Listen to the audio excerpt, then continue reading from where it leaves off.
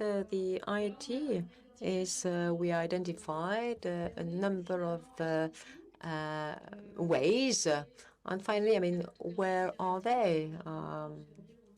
Would an interactive card help us with the tourism? So I identified a few things existing already, and to foster reflection. This is because this is one of the elements we're going to develop tomorrow regarding these touristic itineraries, knowing that.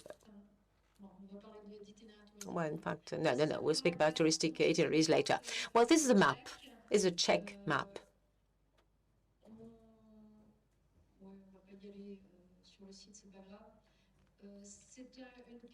Okay, I'm not going to go into details. It's a general map, and every year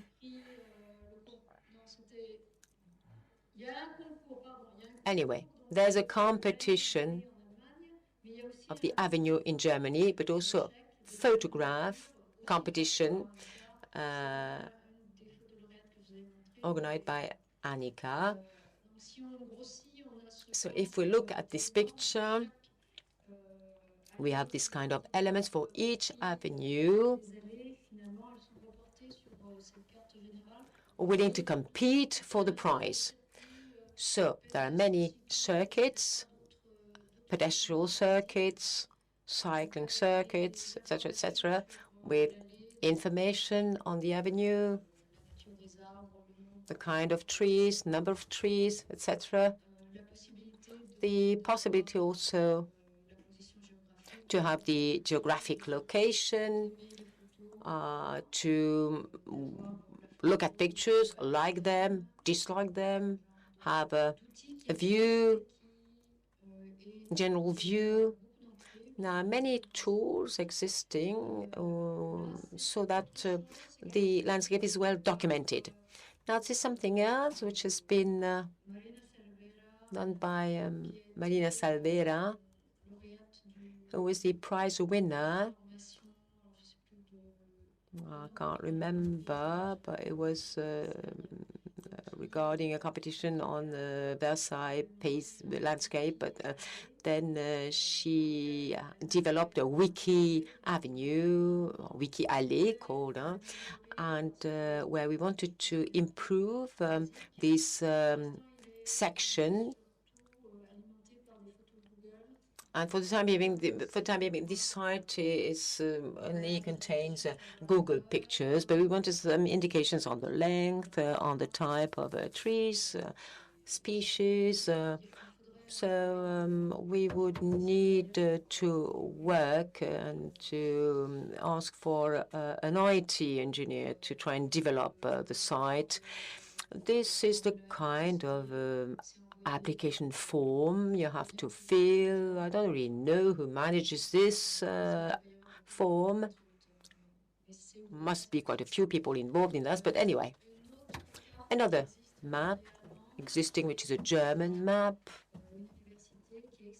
from the university, well-documented map with 3 avenues.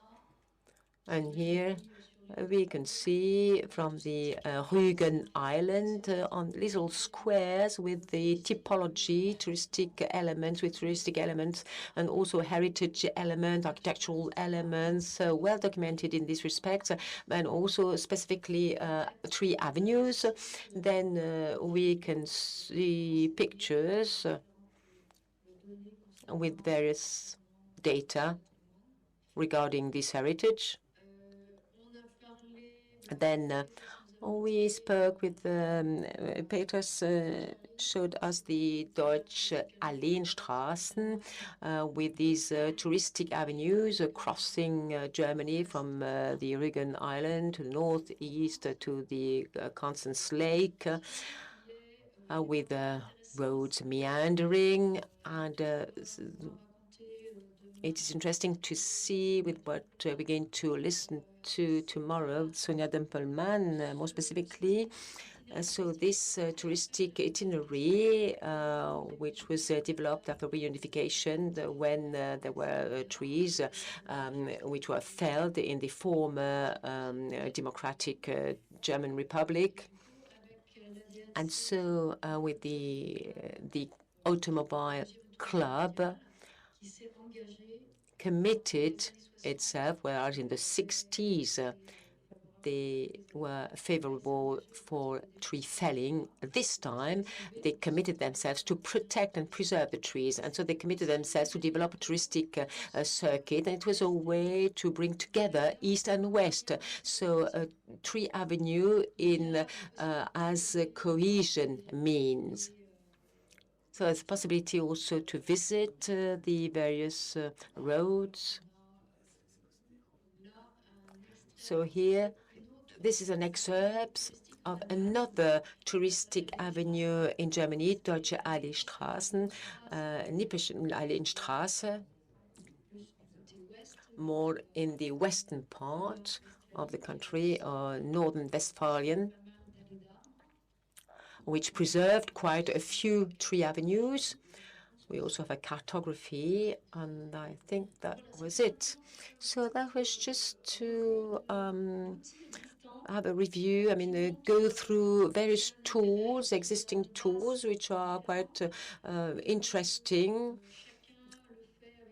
And each one develops its sites or websites with its own means. And maybe one day we should reflect on the way of having a common tools which would connect us from the various countries.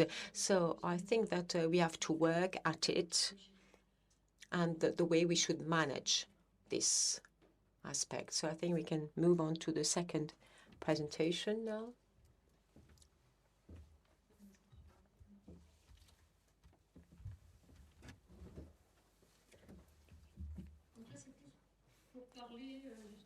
So this is more to speak about touristic itineraries and European cultural touristic itineraries, and to speak about cohesion as well. Though our way of traveling changes for long distances, when we practice tourism, then sometimes, we use the ways and roads. There's no tourism without journeys, and there's one day, and at a specific time, then we have to use the road or the ways or whatever. So the notion of touristic roads is something which is quite obvious. The very first touristic itineraries with the automobile were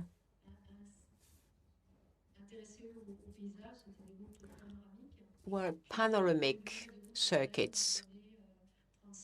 And then in the 1935, things changed, and then we reached these thematic roads. And then they stopped in the 50s, at least in France. And so the tree avenues is a touristic itinerary, which in itself doesn't need any specific topic, because it is in itself a kind of touristic artifact. It is a monument, as we saw yesterday, kind of cathedral. So there's a matter, and I think Élodie Gray will tell us her opinion and say whether she thinks that it is a nonsense idea or an idea which will progress in the future. Now, the touristic attraction, but then we can add up to this, and we can add to this touristic area the cultural itinerary, European cultural itinerary. And this is something which is supported by the Council of Europe, which in fact, with the same objectives, just like the European Convention of the Landscape and all the tools supported by the Council of Europe, so the objective is to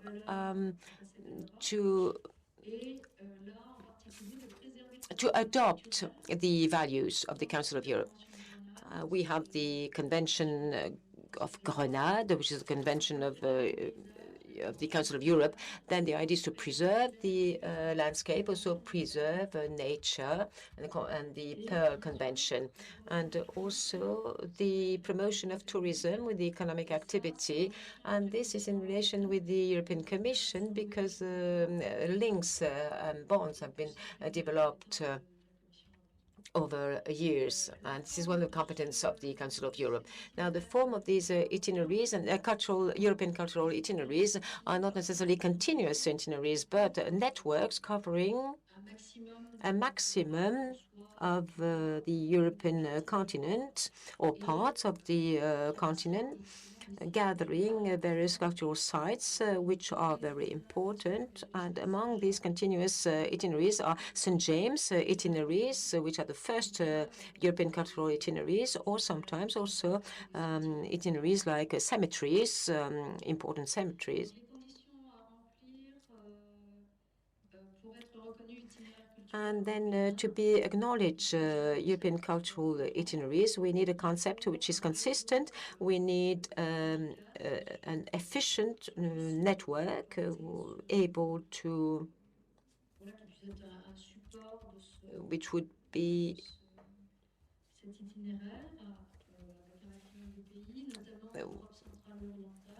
recognized with the diversity of partners, also political partners, but NGOs also, and youth organizations, because we always are in these dimensions of European cohesion, democracy, human rights, values. All these keywords should be involved, and the topic should also be interesting. There is a disciplinary scientific committee which will be in charge of the content, and then also a spokesperson who would be with a binding contract, with a legal status, also a marketing program, communication program, and in order to be able to present and be acknowledged. And also the interest is to be able to be more visible, to be and so that we would be able to look for funding. The Council of Europe doesn't support financially, but they help and they assist you in order to look for funding possibilities. And so here is